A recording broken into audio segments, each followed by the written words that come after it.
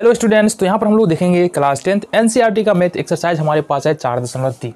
अब देखो प्रश्न संख्या 1 में क्या कहा जा रहा है। प्रश्न संख्या 1 में कहा जा रहा है निम्नलिखित द्विघात समीकरणों के लिए मूलों की प्रकृति ज्ञात करें। मतलब मूल किस प्रकार का होगा ये हमको बताना है।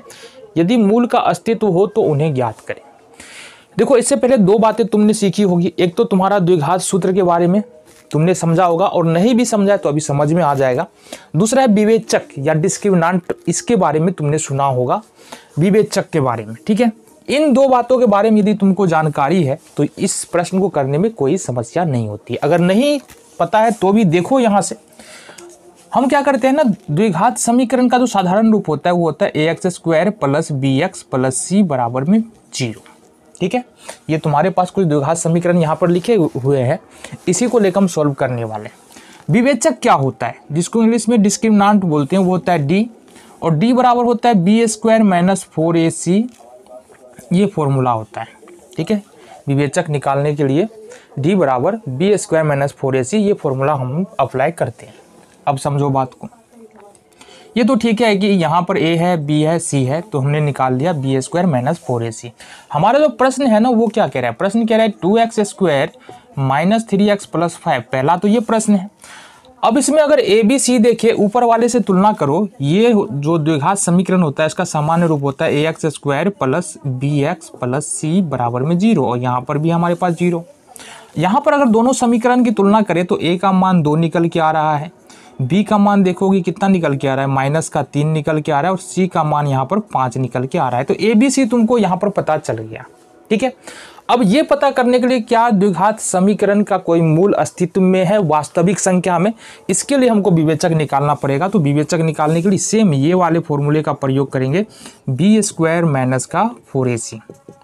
b का मान क्या है, -3 का स्क्वायर -4 इंटू a का मान है 2 और c का मान है यहाँ पर 5। ये देखो -3 का स्क्वायर करोगे तो 9 हो जाएगा, -4 दूना 8 पंचे 40। 40 में से 9 हटा दो, कितना बच रहा है, -31। कितना बच रहा है, -31।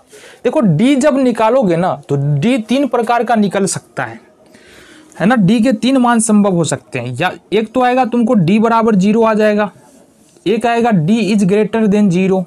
मतलब d अगर प्लस में है, जो विवेचक हमने निकाला है वो प्लस में है, प्लस में आ रहा है कुछ भी 2 3 4/5, ये प्लस में मान आ रहा है, इसका मतलब d > 0 है। और d अगर <0 है, मतलब d का मान तुमने अभी जैसे हमने निकाला है -1 -5 -2/3 कुछ भी आ रहा है, इसका मतलब d <0 है। यहाँ पर जो d बराबर 0 होता है तो मूल क्या होता है, मूल होता है यहाँ पर समान, और मूल होता है तुम्हारा वास्तविक। ठीक है, d > 0 असमान मूल होगा, और लेकिन होगा वो वास्तविक। ठीक है, अब इस कंडीशन में कोई मूल नहीं होगा, कोई वास्तविक मूल नहीं होगा, कोई वास्तविक मूल नहीं होगा। समझ में आ गया? इस तरह से इस प्रश्न को हम लोग कर सकते हैं। अब आ जाओ कहानी समझो, यहाँ से कहानी समझो, क्या कहानी है। तो यहाँ पर हमने क्या निकाला, यहाँ पर जो हमने d निकाला है, डिस्क्रिमिनेंट निकाला है, वो कितना निकला है, वो निकला है -31। और -31 मतलब क्या है कि d <0 है, d <0 है, यानी d जो है वो 0 से छोटा है। इसका मतलब कोई भी वास्तविक मूल इस वाले समीकरण के लिए संभव नहीं है। दूसरे नंबर पर प्रश्न पर देखो दूसरे नंबर का प्रश्न है 3x² - 4√3x + 4 बराबर 0। सबसे पहले तो a b c हमको पता करना पड़ेगा। तो a का मान देखेंगे जो कि x² का गुणांक होगा, कितना है, 3 है। b का मान जो x का गुणांक है वो है -4√3, और c जो अचर पद है वो है 4। a b c तुमको पता चल गया। मूल कैसा होगा, समान होगा, असमान होगा, वास्तविक होगा, अवास्तविक होगा, ये पता करने के लिए हम क्या करते हैं, विवेचक निकालते हैं, डिस्क्रिमिनेंट निकालते हैं, जिसका फॉर्मूला होता है b² - 4ac। b का मान है -4√3, इसका कर लेंगे वर्ग, -4, a का मान है 3 और c का मान है 4। ये है तुम्हारे पास। अब यहाँ पर देखिए अगर इसको सोल्व करें -4√3 तो -4√3 होगा, गुने में -4√3 होगा, 4 चौका 16 माइनस माइनस प्लस 16 हो गया। और यहाँ पर देखेंगे 3 और 3 √3 को गुना करेंगे 3, इट मीन्स ये हो रहा है 16 तिया 48। ये कितना होगा 48। अब देखो गौर से 4 तिया 12 और बर चौका क्या आएगा 48 आ जाएगा। तो यहाँ पर क्या आ रहा है डी का मान, यहाँ पर डी का जो मान आ रहा है वो आ रहा है 0। अब देखो डी का मान जब 0 आएगा तो क्या होगा, मूल समान होगा और वास्तविक होगा। कैसा मूल होगा, समान और वास्तविक। तो यहाँ पर क्या लिख सकते हैं, मूल क्या होगा, समान और वास्तविक होगा, समान और वास्तविक होगा। पहली बात तो ये समझ लो। अब बाबू मूल समान होगा वास्तविक होगा, ये बात तो ठीक है, पर मूल निकालना भी तो है ना। तो आओ यहाँ पर निकाल लेते हैं मूल, क्या दिक्कत है, आ जाओ। यहाँ पर देखो इस फॉर्मूले का प्रयोग करें, चाहो तो तुम गुणनखंड विधि का भी प्रयोग कर सकते हो, लेकिन इस चैप्टर में क्या करना है हमको, इस फॉर्मूले का उपयोग करो तो ज़्यादा बेहतर है। सब कुछ समझ लो ना, क्या करना है, सब कुछ समझ के चलो।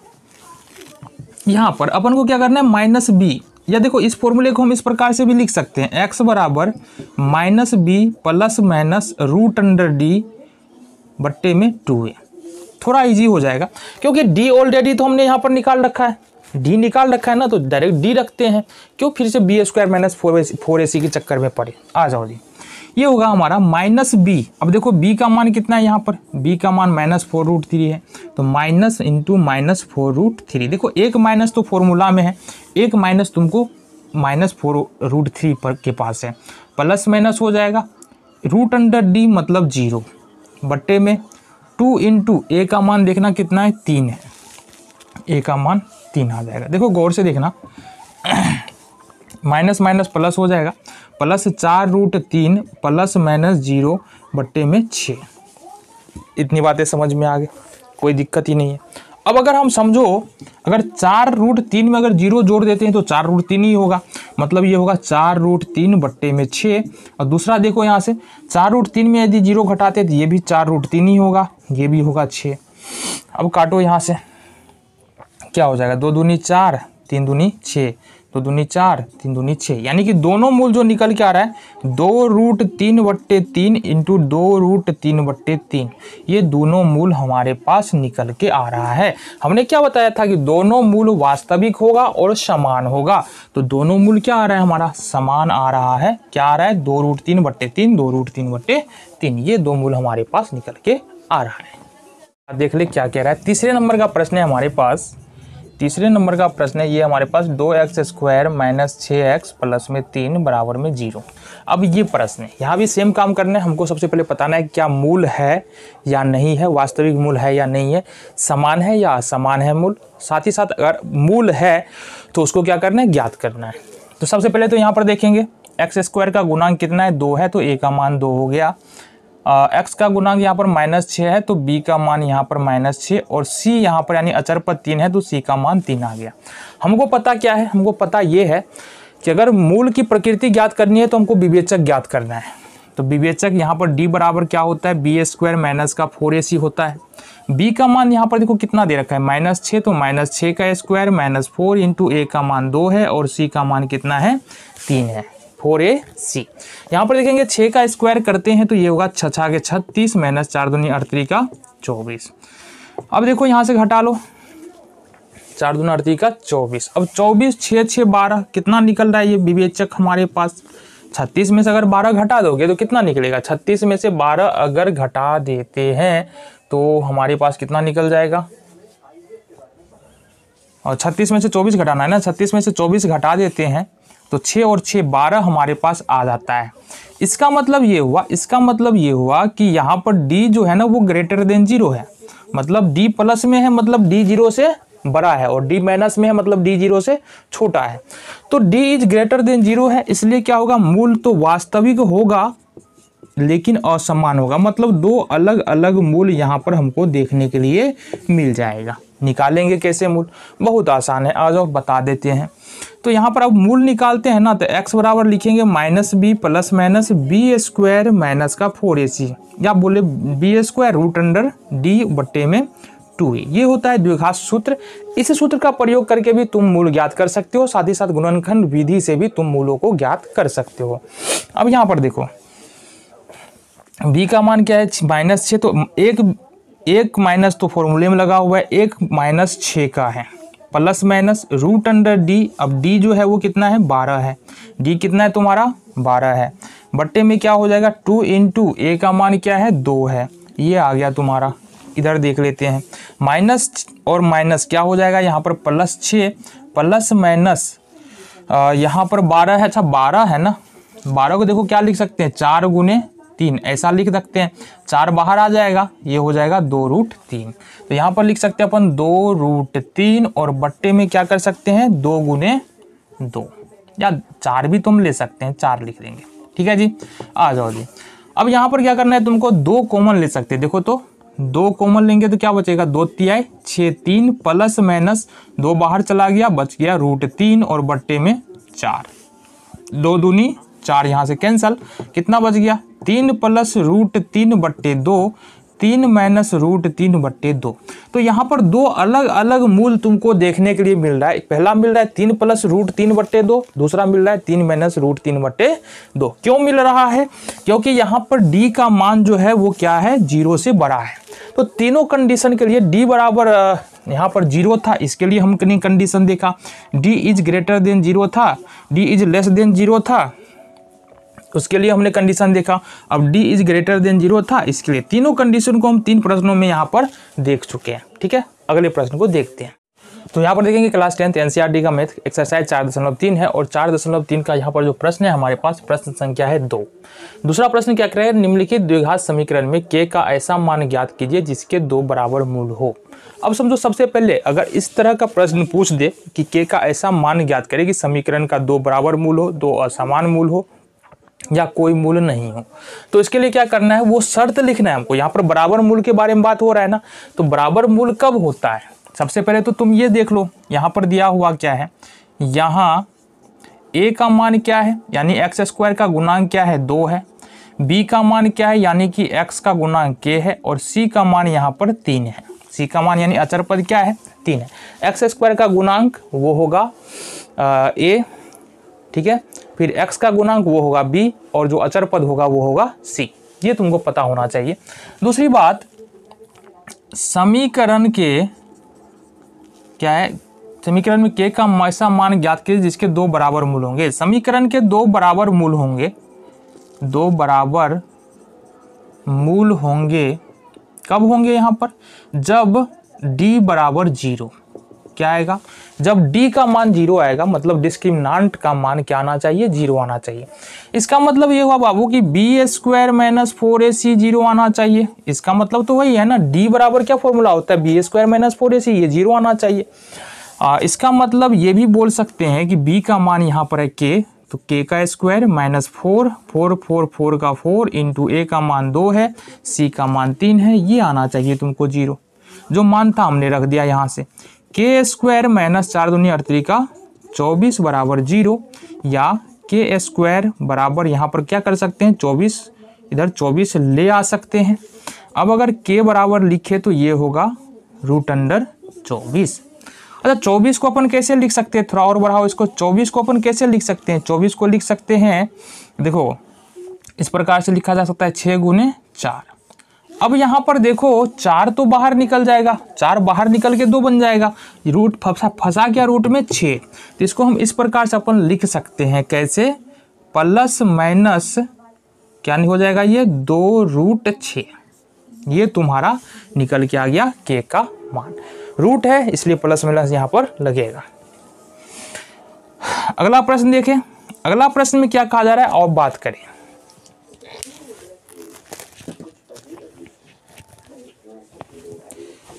अगला प्रश्न में एक और द्विघात समीकरण दिया है, यहाँ पर देख लो। सबसे पहले तो यहाँ इसको थोड़ा सॉल्व करो। kx को x से गुना करेंगे, ये हो जाएगा kx², फिर kx को -2 से गुना करेंगे -2kx और प्लस में 6 बराबर में 0। अब अगर यहाँ से देखें तो a का मान कितना निकलेगा, एक्स स्क्वायर का गुणांक k है तो a का मान k। b का मान कितना निकलेगा, x का गुणांक कितना है यहाँ पर माइनस का 2k, तो x का मान यहाँ पर b का मान हो गया -2k। और अचर पद कितना है यहाँ पर 6 है, तो c बराबर यहाँ से 6 निकल के आ गया। ठीक है, इतनी बातें समझ में आ गई। अब बराबर मूल चाहिए, है ना, क्या चाहिए, मूल बराबर के लिए, मूल बराबर के लिए हमको क्या पता है कि d बराबर होना चाहिए क्या, 0। इसका मतलब हुआ कि बी स्क्वायर माइनस का 4ac बराबर होना चाहिए ये 0। d बराबर 0 होना चाहिए, मतलब d बराबर फॉर्मूला क्या होता है, बी स्क्वायर माइनस 4ac होता है, तो इसका मतलब ये होना चाहिए तुम्हारा 0। अब b का मान बताओ कितना है यहाँ पर, -2k, तो -2k का स्क्वायर -4a का मान k और c का मान है 6 बराबर में 0। इसको सॉल्व करो, 2 दूनी 4 k स्क्वायर, 2 दूनी 4 और k का स्क्वायर है तो k स्क्वायर, 6 चौका -24 k बराबर 0। यहाँ से अपन क्या करते हैं, 4 के कॉमन ले लेते हैं।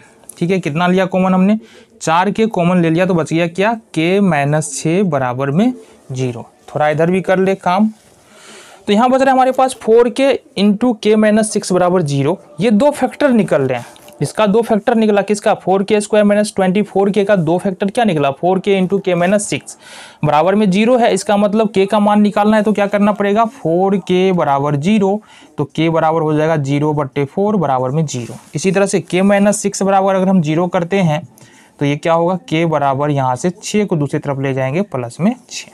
अगले प्रश्न को देखिए, अगला प्रश्न है हमारे पास, कह रहा है कि क्या एक ऐसी आम की बगिया बनाना संभव है जिसकी लंबाई चौड़ाई से दोगुनी हो और उसका क्षेत्रफल 800 वर्ग मीटर हो, यदि है तो उसकी लंबाई और चौड़ाई यहाँ पर हमको ज्ञात करनी है। अब बात करते हैं क्या कह रहा है, अब एक बगिया के बारे में बात हो रही है जो जिसकी लंबाई चौड़ाई की दोगुनी होना चाहिए। अब लंबाई चौड़ाई है, लंबाई बड़ा है चौड़ाई छोटा है, इसका मतलब बात ये है, ये जो है एक आयत है, पहली बात ये समझो। तो चौड़ाई यहाँ पर x अगर ले तो लंबाई कितना हो जाएगा, 2x। क्यों हो जाएगा, क्योंकि यहाँ पर बोला जा रहा है कि ऐसी आम की बगिया बनाना है जिसकी लंबाई चौड़ाई से दोगुनी होनी चाहिए। तो यहाँ पर लिख लेते हैं, माना कि आम के बगिए की चौड़ाई बराबर कितना हो गया, x, तो लंबाई उसकी दोगुनी है चौड़ाई की, तो लंबाई बराबर हो जाएगा 2x। क्या हो जाएगा, लंबाई बराबर 2x। अब यहाँ पर अगर हम मान लो आयत का क्षेत्रफल लिखते हैं, आयत का क्षेत्रफल लिखते हैं तो वो क्या होता है, लंबाई गुने में चौड़ाई। क्या होता है, लंबाई गुने में चौड़ाई, ये होता है तुम्हारा आयत का क्षेत्रफल। अगर प्रश्नानुसार बात करें तो एक बात बताओ, यहाँ पर क्षेत्रफल दिया हुआ है कितना है, 800 वर्ग मीटर, तो यहाँ पर क्या कर सकते हैं, लंबाई गुने चौड़ाई तो करेंगे। लंबाई कितना है यहाँ पर 2x है, चौड़ाई कितना है x है, लंबाई गुने चौड़ाई, और क्षेत्रफल कितना दिया हुआ है 800, तो 800 यहाँ पर हम रख देते हैं। ठीक है, इतनी बातें समझ में आ गई। अब आ जाओ 2x स्क्वायर गुना कर लो और इसको इधर अपन इधर ले आते तो -800 हो जाएगा बराबर में 0। ठीक है जी, अब देखो गौर से, यहाँ पर 2 कॉमन ले लेते हैं। 2 कॉमन लेने के बाद क्या होगा हमारा, ये होगा x स्क्वायर माइनस का 400 बराबर में 0। इस 2 को इधर लेके आएंगे, 0 के नीचे में आ जाएगा क्योंकि ये इस पूरे के गुना में 2 है, इसको उठा के इधर लेके आएंगे, 0 के नीचे में आएगा, 0 हो जाएगा। ये हो गया x स्क्वायर माइनस 400 बराबर में 0। ये जो है ना एक द्विघात समीकरण बन रहा है तुम्हारा। क्यों बन रहा है, क्योंकि यहाँ पर क्या है, एक्स स्क्वायर नजर आ रहा है, पावर 2 वाला एक पद नजर आ रहा है, तो ये बन गया तुम्हारा द्विघात समीकरण। क्योंकि ये किस फॉर्म पे है, ax square plus bx plus c बराबर 0 के फॉर्म पे है, जहां पर a 0 नहीं है। ठीक है, तो ये क्या बन गया तुम्हारा द्विघात समीकरण। अब देखो गौर से, यहाँ पर a का मान यहाँ पर कितना है, 1। बोलोगे एक्स स्क्वायर का कोई गुणांक तो नहीं है ना, तो a का मान 1। b यहाँ पर है ही नहीं तो b का मान 0, x का गुणांक तो है नहीं यहाँ पर। अचर पद यहाँ पर कितना है, 400। कितना है अचर पद, 400। अब देखो d निकालो, क्योंकि हमको यह भी तो बताना है क्या ऐसा आयत संभव है, इसके लिए हमको d निकालना पड़ेगा। तो ये होता है b स्क्वायर माइनस का 4ac। अब आ जाओ, b का मान कितना है, वो b का मान 0 है, -4 इंटू a का मान 1 है और c का मान 400 है, माइनस का 400 है ना, माइनस का 400। तो 0 का स्क्वायर 0 और 4 चौका 16 प्लस में 16। अब ये जो निकल के आ रहा है डी का मान प्लस में 1600 आ रहा है। अब 1600 आ रहा है प्लस में, इसका मतलब डी इज ग्रेटर देन 0। क्या आ रहा है हमारा, डी इज ग्रेटर देन 0। यहाँ डी इज ग्रेटर देन 0 मतलब इसका मूल संभव है, मूल निकलेगा, वास्तविक निकलेगा और साथ ही साथ क्या निकलेगा, बराबर निकलेगा। और मूल भी तो ज्ञात करना है, तो मूल ज्ञात करो। देन x बराबर क्या लिखेंगे, minus B plus minus root under D और बट्टे में 2 है। इस विधि से अपन मूल निकालेंगे। और से देखो b का मान क्या है, b का मान तो कुछ है ही नहीं, तो माइनस में तो 0 ही पकड़ेंगे ना, प्लस माइनस d का मान क्या है तुम्हारा, d का मान तुम निकाले हो यहाँ पर प्लस में 1600 निकाले हो, और 2a का मान 1 है तो 1 ले लो। यहाँ पर देखो क्या होगा, 1600 है रूट के अंदर में, 1600 का वर्गमूल निकालोगे तो निकलेगा 400। तो प्लस माइनस क्या हो जाएगा, 400 और बट्टे में 2, काटो इसको, क्या हो जाएगा, प्लस माइनस 2 दूनी 4, कितना हो जाएगा तुम्हारा 200। अच्छा 1600 का वर्गमूल निकालोगे ना, 400 नहीं निकलेगा, 1600 का वर्गमूल 40 निकलेगा। तो प्लस माइनस रूट अंडर बाहर आ जाएगा, तो ये हो जाएगा 40 और बट्टे में तुम्हारा 2। ठीक है, इसको काटोगे तो क्या निकलेगा, प्लस माइनस 20। क्या निकलेगा, प्लस माइनस 20। तो x का जो यानी कि चौड़ाई जो निकल के आ रहा है ना हमको, वो क्या आ रहा है, जो माइनस वाला वैल्यू तो होगा नहीं, क्योंकि लेंथ जो है, लंबाई जो है वो माइनस में नहीं होता, इसलिए माइनस वाला वैल्यू यहाँ पर हम नहीं ले सकते हैं। यहाँ पर चौड़ाई जो होगा वो होगा तुम्हारा x बराबर 20 और लेंथ जो होगा लंबाई वो 2x है, तो मतलब 2 गुने 20 बराबर में 40। ये तुम्हारा प्रश्न का सोल्यूशन यहाँ से हो जाता है। तो यहाँ पर आप देखेंगे क्लास 10th एनसीईआरटी का मैथ एक्सरसाइज है हमारे पास 4.3 का। ये है हमारा चौथा और 5वें नंबर का प्रश्न। सबसे पहले देखते हैं चौथे नंबर का प्रश्न, देन देखेंगे 5वें नंबर के प्रश्न को। प्रश्न क्या है, क्या निम्न स्थितियां संभव है। अभी देखो ये है शब्द समस्या। सबसे पहले जो भी बातें दी गई है इससे हमको क्या करना है, एक द्विघात समीकरण बनाना है, और फिर अगर उस द्विघात समीकरण का मूल का अस्तित्व है तो हमको उसका मूल निकालना यानी हल निकालना है। इसके लिए क्या करेंगे, सबसे पहले द्विघात समीकरण निकालना है, फिर विवेचक निकालना है। विवेचक का मान यदि d बराबर 0 निकल जाए या प्लस में आ जाए तो हमको मूल ज्ञात कर लेना है। आओ समझते हैं स्थिति क्या है। देखो गौर से, ये है तो इनकी वर्तमान आयु ज्ञात करें। दो मित्रों के आयु का योग 20 साल है। समझो बात को, ए और बी अगर दो मित्र हैं मान लो, और इनकी आयु का योग है ना 20 साल है। कितना है, 20 साल। अगर ए की आयु 3 साल है तो जाहिर सी बात है दोनों ए और बी की आयु को जोड़ेंगे तो 20 साल होगा। ए की आयु 3 साल है तो बी की आयु अपने आप कितना हो जाएगा बुआ, 20 माइनस 3 साल हो जाएगा। इसी तरह से अगर ए प्लस बी अगर 20 साल है और ए की आयु यदि हम x मान ले तो बी की आयु कितना हो जाएगा तुम्हारा, 20 माइनस x साल। ये बातें समझ में आ गई समझ में। चलो तो यहाँ पर मान लेते हैं, माना कि प्रथम मित्र की आयु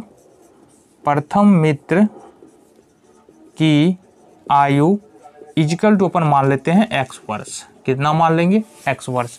तो दूसरे मित्र की आयु क्या हो जाएगी, दूसरे की आयु अभी हमने बताया दोनों के आयु का जो योग है उसमें से प्रथम मित्र की आयु को क्या करना है, घटा देना है।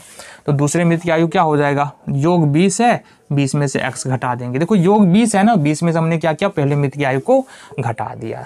ये तो अभी वर्तमान में है, वर्तमान में ये आयु क्या दिखा रहा है, वर्तमान आयु, दोनों की वर्तमान आयु।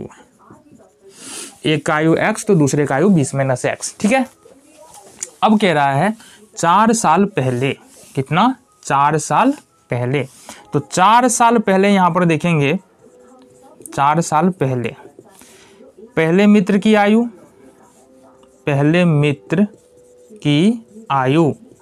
देखो वर्तमान में जो है वो x साल का है। वर्तमान में अगर कोई 10 साल का है तो 4 साल पहले 10 माइनस 4 साल का रहा होगा।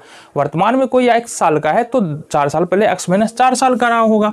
तो ये हो जाएगा x माइनस 4 साल। ठीक है जी, ये हो गया तुम्हारा। देन दूसरे मित्र की आयु देखेंगे, दूसरे मित्र की आयु ये होगा तुम्हारा 20 माइनस एक्स वर्तमान में है, इसमें से 4 घटा देंगे, ये हो जाएगा 16 माइनस एक्स। ये हो गया तुम्हारा दूसरे मित्र की आयु। कह रहा है 4 वर्ष पहले दोनों की आयु का गुणनफल जो है ना वो कितना है, 48 ईयर्स है, यानी 48 साल है। तो प्रश्नानुसार क्या करेंगे, दोनों को गुना करेंगे, x माइनस 4 इंटू में 16 माइनस एक्स बराबर में 48, ये हो जाएगा।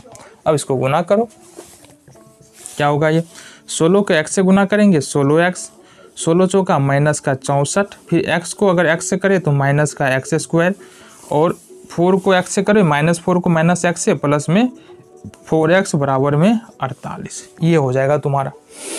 अब गौर से देखो यहाँ से, क्या देखे गौर से देखना जरा यहाँ से।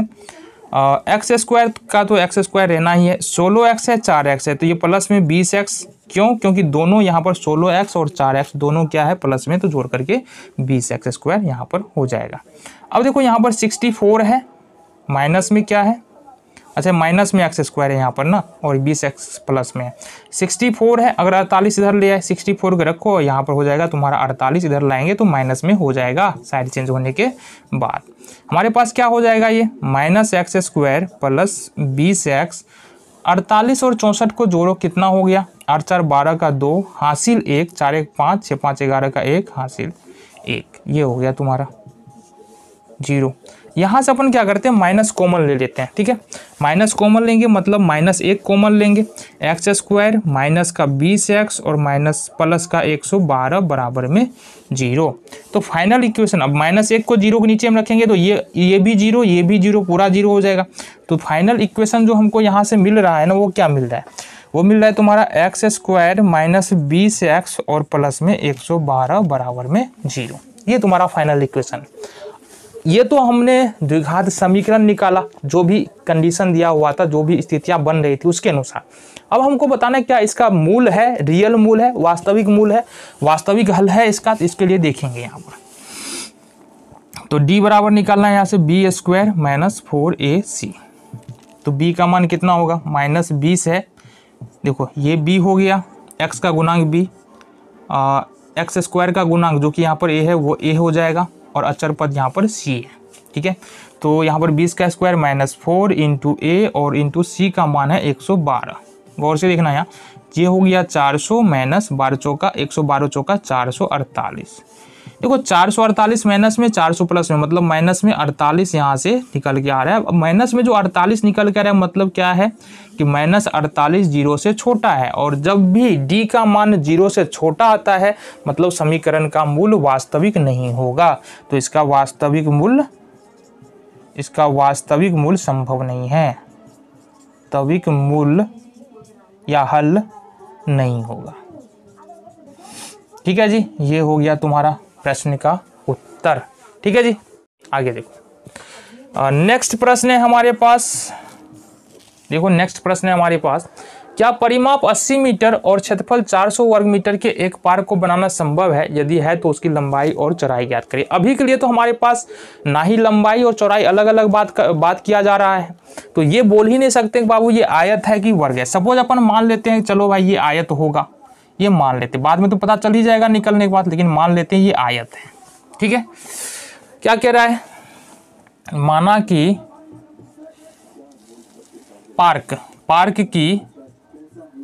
पार्क की लंबाई बराबर x और चौड़ाई बराबर y, ये अपन अलग अलग मान लेते हैं। चौड़ाई बराबर क्या माना हमने, y मान लिया, ठीक है। अब अगर यहाँ पर परिमाप निकाले तो परिमाप कितना दिया है, 80 मीटर दिया है, तो आयत का परिमाप लगा लो फॉर्मूला, आयत का परिमाप बराबर क्या होता है फॉर्मूला जरा बता दो हमको, 2 इंटू एक्स प्लस वाई हो जाएगा, यानी कि 2 इंटू लंबाई प्लस चौड़ाई होता है, यह आयत का परिमाप होता है।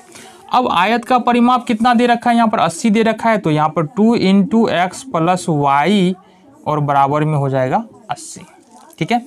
ये गुना में है, x प्लस वाई के गुना में 2 है, इसका मतलब x प्लस वाई बराबर लिखेंगे तो ये होगा 80 और बट्टे में 2, तो इसका मतलब हो गया x प्लस वाई बराबर हो गया 40, कितना हो गया 40, कट जाएगा ना ये 20 40 दूना 80 कट जाएगा ये, ठीक है जी।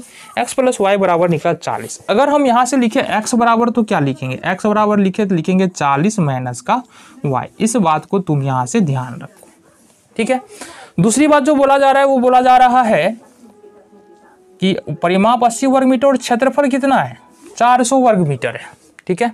तो आयत का क्षेत्रफल बराबर, आयत का क्षेत्रफल बराबर यहाँ पर क्या होता है, लंबाई गुने चौड़ाई, लंबाई गुने में चौड़ाई, ठीक है। अब देखिए प्रश्नानुसार आयत का क्षेत्रफल हमको दे रखा है कितना है 400 वर्ग मीटर, तो 400 वर्ग मीटर रख देते हैं। लंबाई दे रखा है कितना x और चौड़ाई दे रखा है कितना y, ठीक है। ये हमको लंबाई और चौड़ाई दे रखा है तो हमने लिख दिया।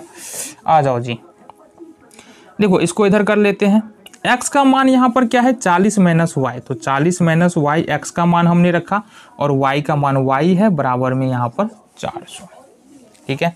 ये क्या हो जाएगा तुम्हारा 40y, 40 को हमने y से गुना किया 40y, y को माइनस y से गुना करेंगे तो माइनस वाई स्क्वायर बराबर 400। क्या हो गया ये बराबर में 400। इसको थोड़ा काम करो, इसके साथ क्या हो जाएगा, ये इसको इधर लेके जाओ और इसको भी इधर लेके जाओ, तो ये हो गया वाई स्क्वायर माइनस 40y और प्लस में 400, प्लस में 400 बराबर में 0, बराबर में 0। अब हमको बताना है क्या इसका मूल वास्तविक है कि नहीं। ये तो तुम्हारा द्विघात समीकरण निकला। क्या निकला द्विघात समीकरण, अभी तुमने क्या निकाला द्विघात समीकरण, देखो वाई स्क्वायर माइनस 40y और प्लस में 400, ये तुमने द्विघात समीकरण निकाला। जहाँ पर a का मान यहाँ पर देखेंगे तो 1 है, b का मान देखेंगे तो y का गुणांक माइनस 40 है और c का मान यहाँ पर 400 है, ठीक है। तो अगर d का मान यहाँ से निकाले हम, क्या निकलेगा b स्क्वायर माइनस 4ac, ये निकलेगा। तो b का मान है माइनस 40 का स्क्वायर माइनस 4 इंटू a का मान क्या है 1 है और c का मान कितना है 400। 40 को गुना करेंगे 2 बार, 40 गुने 40 तो 1600, माइनस माइनस ये माइनस जो लगा है ना, माइनस 40 गुने माइनस 40 तो माइनस माइनस प्लस और 1600, ये 4 चौका माइनस 1600। तो इसका मतलब ये कितना आ रहा है, d का मान आ रहा है यहाँ पर 0, d का मान 0 आ रहा है। इसका मतलब इसका मूल संभव है, और मूल संभव है दोनों ही मूल वास्तविक भी होगा और दोनों मूल समान ही होगा। मतलब ये बोलो कि एक ही मूल निकलेगा, दोनों मूल बराबर ही होने वाला है। आ जाओ भाई, अब x बराबर निकाल लेते हैं तो ये निकलेगा minus B plus minus root under D बट्टे में 2a, ये निकलेगा तुम्हारा द्विघात सूत्र। चाहो तो गुणनखंड भी कर सकते हो, हम यहाँ पर द्विघात सूत्र लगा रहे हैं। अब देखो यहाँ से माइनस बी, तो b का मान कितना है माइनस का 40 plus minus root under D, ये तो 0 निकल रहा है तो इसका तो कोई मतलब ही नहीं है। 2 इंटू ए का मान 1 है, ठीक है। ये निकल गया तुमको कितना माइनस माइनस प्लस 40 बट्टे में 2, ये कितना निकला तुम्हारा 20।